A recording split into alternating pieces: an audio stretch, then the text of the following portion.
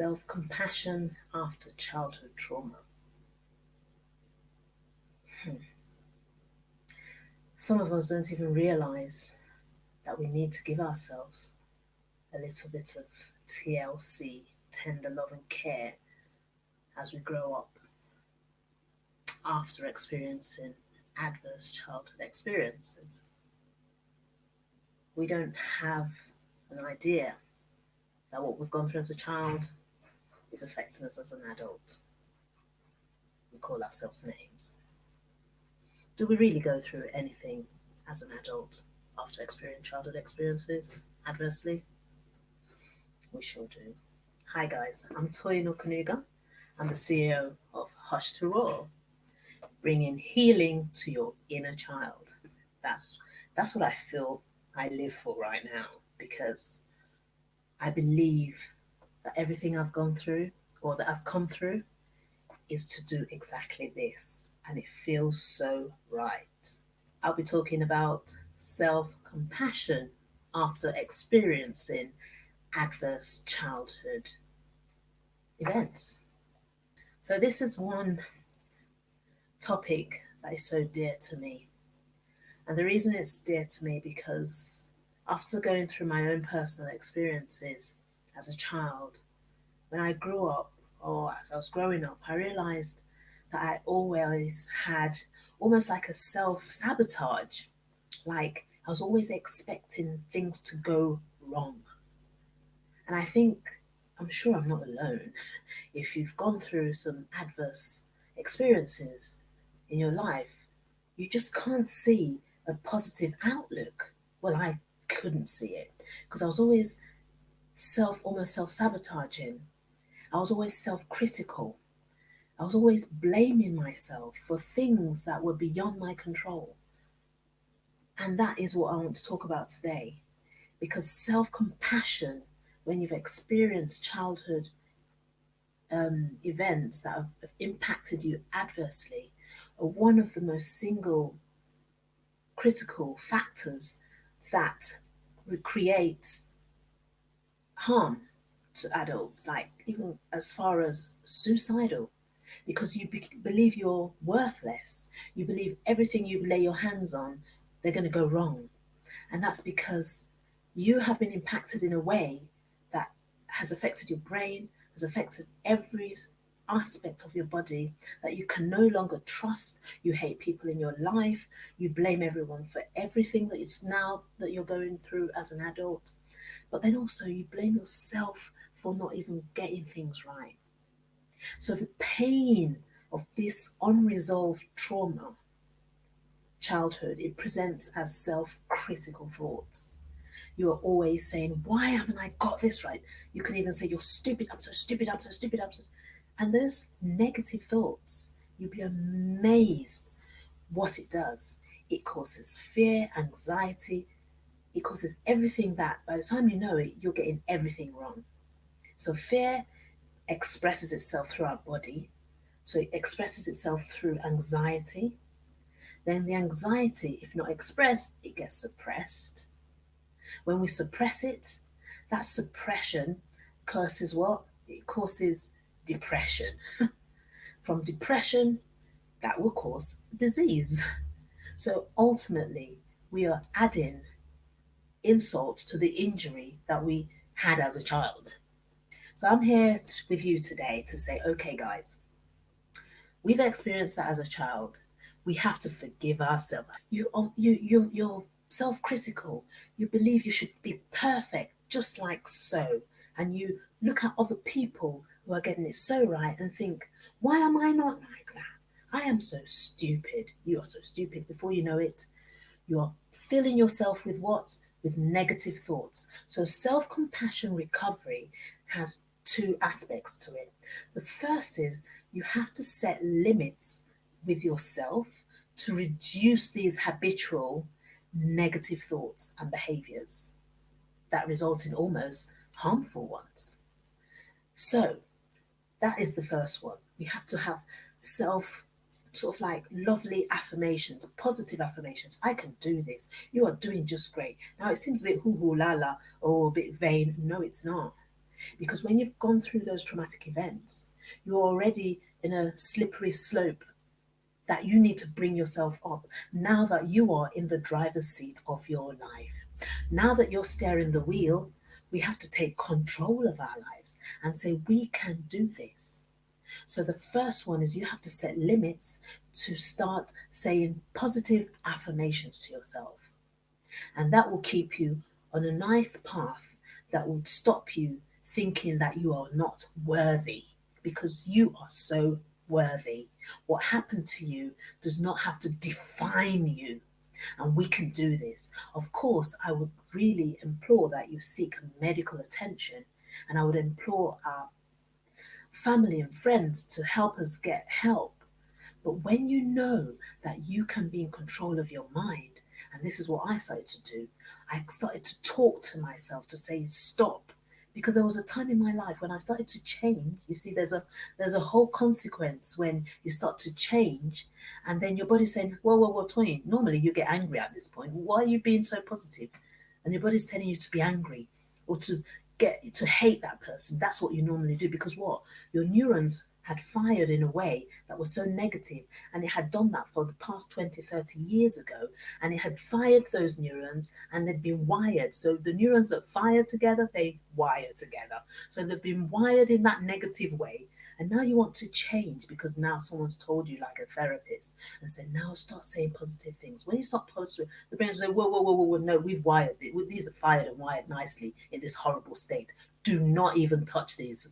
We've put them nicely there. And then you think, oh yeah, I'm supposed to get angry now. No, you can be in control. But how? Repetition. So the first one is setting those boundaries to say positive. I have to say positive affirmations to myself, because we are what we think. What we think becomes our feelings, our emotions, and the brain has no idea whether we're in the present or we're in the future or we're in the past. So when you start thinking positively, your actions will be driving you to do positive things. But what happens if you can't continue doing them because you've only done them once? It takes repetition. So the first one is to set the limits with ourselves to reduce the habitual negative thoughts. But the second one is we must repeatedly practice new kind behaviors to ourselves. We must look at ourselves in the mirror and say, I'm pretty. What happened to me does not define me. I might have been abused as a child. I might have been neglected as a child. I might have lost someone who was dear to me, and I was abandoned because no one even looked at me to think that my emotional state mattered. But you need to now take control and say, I deserve better in my life now that I'm in control. And whether it was sexual abuse, physical abuse, emotional abuse, we can overcome these, because if we believe that our thoughts, they make us sick through thinking. I tell you a little story. When I was growing up, I'd be in the shower and I would be so angry with someone who created so much hurt in my life. Before I know it, I've already had a little scenario that did not even happen. I'm just imagine if that person should just come now. I'll hate that person. In fact, I'll say this and this. And before you know it, I've psyched myself up. I've worked myself up in a state. The event didn't even happen. It did not even occur. By the time I know it, I'm out of the shower. I'm fuming with anyone that comes to me that just makes me that it's all in our mind. And the mind does not know whether you're present or it's the past or it's the future. As long as you're thinking it, we are emotional. That's what we are. It becomes one of our personality traits. It becomes what? A mood. You say, oh, what's up with you? You just says, just leave me alone. I'm like, oh, okay, well, steady on. Because we've been thinking negatively of someone who's done something wrong to us in the past. And it makes us ill. Wow, Bessie said, I've done that before. I used to do it. And we have to show compassion to ourselves. So I'm just going to read the first one that I put on the comments was self-compassion and the inner child. I've got my glasses on so I can read them out. So in order to heal from childhood trauma, it's important to acknowledge the pain that you felt as a child. Now, this again, I reiterate, I'm no doctor. Disclaimer, I'm not a doctor, I'm not a psychologist, counselor, or therapist. These are based on my thorough research, but also my personal experience and how I've come through my traumatic experiences as a child. So I will say the self compassion and the inner child is you recalling that little bit of experience you had. Now, this can be very traumatic, and it was for me. And I tell you this, when I was writing my book, I was flooding with tears. Whilst this was therapeutic, it was a paradox of emotions that I was going through. So I was, on one hand, I was writing my book. Let me show you. I mean, my it's this is good. Another proof is coming tomorrow, but this is my proof copy. This is a shorter one. I'm getting another one, Hush to Roar. As I was writing this, the emotions that came flooding were very painful. You have to acknowledge it, no matter how deep seated it is. You have to acknowledge it, okay?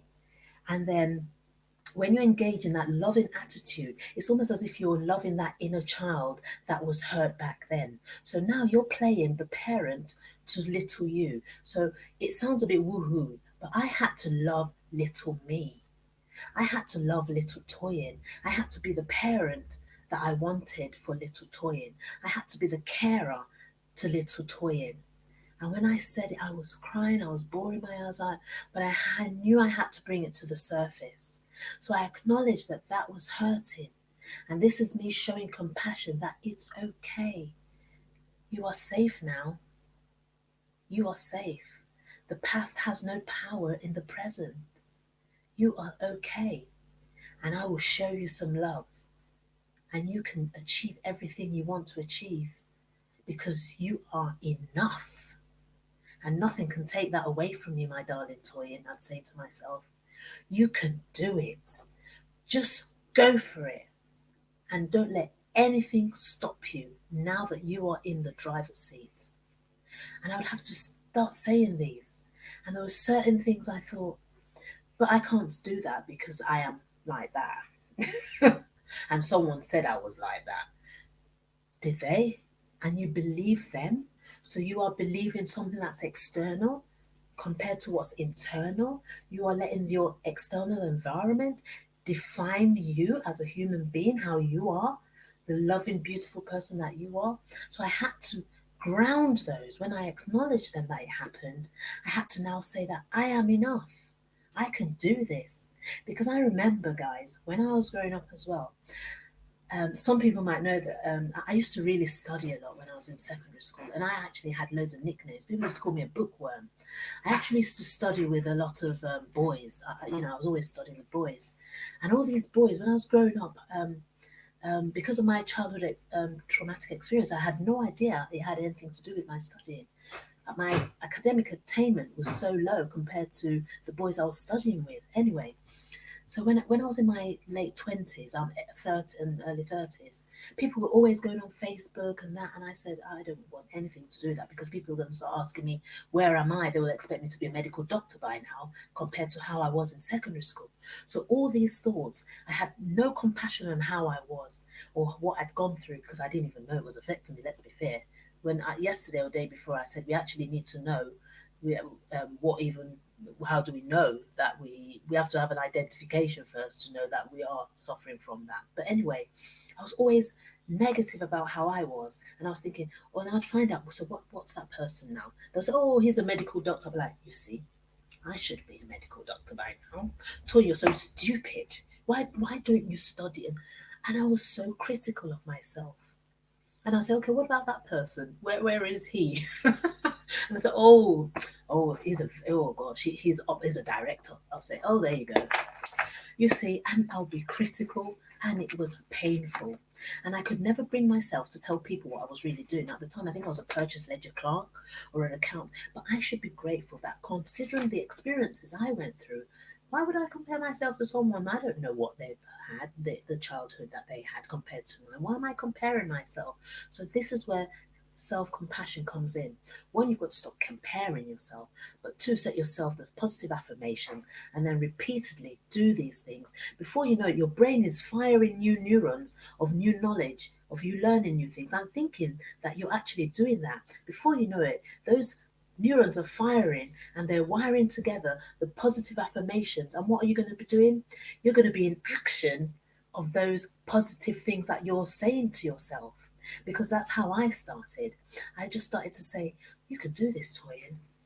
Yeah. But then I used to say, yeah, but you remember you used to study, you never used to have, you can just click it in your head. So who was saying that? That's your mind, that's your body telling you that we've already fired these negative things. We're not going to untangle these. I'll say, yes, you can. We're going to refire these neurons. So I had to start doing things repetitively that were positive, that were future and not past. But it was a long, long journey, my darlings. So the first one is that inner child. If you felt alone or neglected as a child, you can imagine now, as I said, as an adult, you have to nurture that child. It sounds, oh, come on, Toya, let's just move on and get on with it. But when you think of mental health today, in all countries around the world, when I looked at the statistics, I can't see any mental health illnesses going down in terms of suicide and everything. Everything has a lot to do with what we went through as a child and the unresolved traumatic experiences. And we're just getting on with life because people are saying to us, come on, please forget about that. Come on, you have to move on. Before you move on, you have to heal. Before you heal, you have to reveal. You have to bring it to the surface. Trust me, I've been there. My book will tell you more than I'm saying. But so we have to rescue that young self in us and say, we are enough. You are safe now. That past that you keep thinking about, it has no moment here in this present time. That was then. This is now. It has nothing to do with now. Right? So we often feel shame. We feel, why didn't we stop it? So if you were abused as a child, for instance, you start blaming yourself, saying, why did I not stop it at the time? Because you couldn't. And the only person you can blame is yourself, because it's inconceivable that you would blame the carer that was meant to look after you. You can't even comprehend that person is who you blame, because it's not something that you expect as a child should happen. So why would you blame that person? You'll say it's you. It's just a natural thing. Even the brain knows that. The flight and fright, the freeze mode that you get into is biological, it's neurological. It's not your fault. So we have to get to that stage where we stop placing barriers to compassion as an adult to ourselves. Because not only does it affect us, it affects the people around us. And we will have less self-worth. We'll have a disease to please because we always want to suck up, as they say, to others. And they know it, and they'll just get you where they want you to be. So some therapists will say, when you've gone through an abuse or something, you have to find someone who you trust and tell them, and that's it. And I beg to differ slightly, because if you tell that trusted person, of course, in the initial state, yeah, but then you're forever almost indebted to that person that you've told the secret. So why not tell the world? And then you've got nothing to hide, nothing to prove, nothing to protect, nothing to defend. Because when that person lets you down, which human beings do, you feel even more neglected. That's when you want to go into self-harm. So for me, once you get to that level of knowing that you feel no shame, what happened to you was not your fault, it's called self-compassion.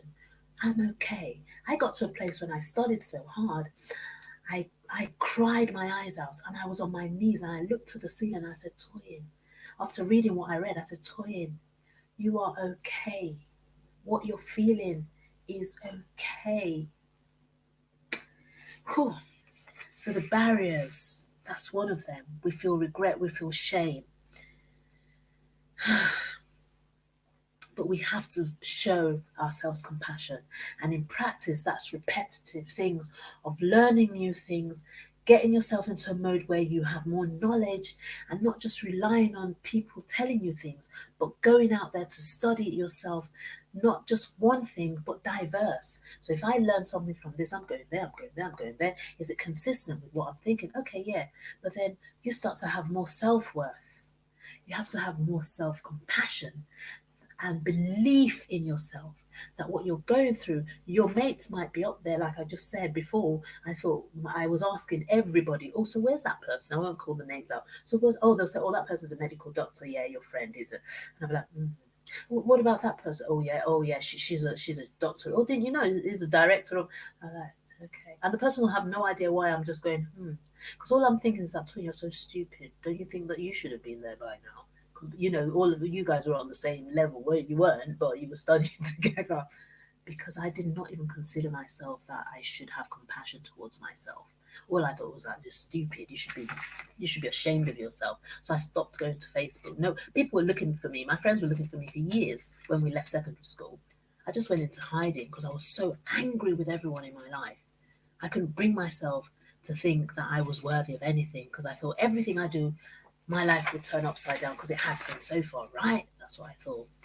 When I got to study and learn and studied my mind, the brain, the heart, that my heart was getting tight, I was getting ill, I was getting so many physical ailments. That's because my fear, the anxiety was coming in. And our thoughts, we are what we feel, our emotions, and they make us sick. Then if they make us sick, our thoughts can make us better. So which one would you choose? I know which one I would go for. And that's exactly what I did. I chose to be well. And I stopped allowing people to define who I was because of what I had been through. Because people always will tell you, "Oh, you've always been like that. You know your story. You know because you've gone through that, so you can never change." But the reason why studying is also key is because science changes all the time. So when I read it, first of all, that when you get to an age 30, around age 35, the neurons in your brain are fired and wired, and that's it. They're static. They can't change. I was so deflated. I read that years and years ago, many years ago. So I just gave up. I thought I'd always be like this because of what I've gone through. But then after so many years, it was proven again that actually that's not true. As long as we learn something new, as long as we change our environment, the neurons will fire together new information that will wire together something new, and we are constantly evolving. And I became hopeful. So that's why we need to evolve with everything that's going on, because we realize that actually your brain is not static when you get to any age. As long as you are in a new environment, you learn something new, you are training yourself. As long as you do it repetitively, you will change, because I am living proof. And that's self-compassion. Once you start to believe in yourself, self-belief, you will fire new neurons, and once they're fired, they get wired and you become a new person. And no one on earth can tell you that you cannot achieve whatever you want to achieve. So that's self-compassion. Now, automatically for me, when I was healing myself, I say healing because it's progressive. Until I see the whole world like thinking everything's nice and normal, is when I'll say I've fully healed. But then what people don't understand, if they haven't been through traumatic experiences like I've been through, is they believe that, oh, okay, you go and heal then, but don't bring shame to the family. Don't say anything. Don't publish your book. Just heal. We'll take you to somewhere where you can heal, and then just keep your mouth shut. Unfortunately, when you've been through an experience, and like me, some people call me an empath. Although being an empath is wrong, because you take on all this negative energy and you cry your eyes out and you make yourself ill about someone else's problems. So that I was again, and that I had to stop.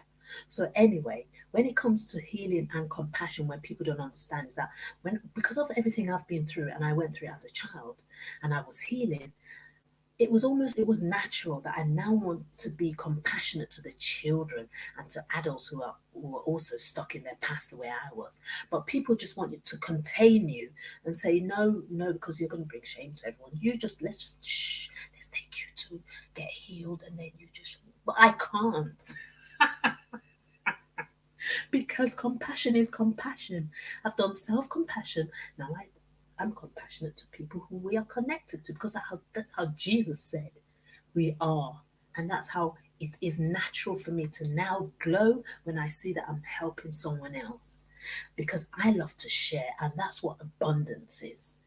I can't keep my mouth shut when I learn something new. I want everyone to hear about it, because if you're happy, then I'm happy. If I'm going out in the world and I'm going to someone who's still miserable, when I could have had a chance to tell them what I've been through that's made me happy, I think I will do just that, don't you? My darlings, I love you guys. I could go on forever with this topic because I believe that I have come through everything I've come through to be on this journey with you. So I will end by saying, be gentle on yourself. Whatever you've gone through, you are enough. You are beautiful. You can do anything you lay your hands on. Just keep moving. Don't stop. Don't let anything define you. Don't let your past define you. Head on to the future. Let the future be brighter, and your brain will know no difference. It will think you're already in your future, and you'll just want to keep going because it's now telling you to be in action with what you're thinking. But if you're thinking about the past, then the neurons are going to still stay in the past. You might be thinking you're getting there, but you're not. And you're bringing disease to your body because what? The fear will express itself through body to anxiety. It becomes from anxiety, it becomes suppressed, and that becomes depression. That becomes a disease. You don't want that, guys. We are in the driver's seat of our lives now. We have to steer the way we want to go. I love you. And remember, your inner child has a voice.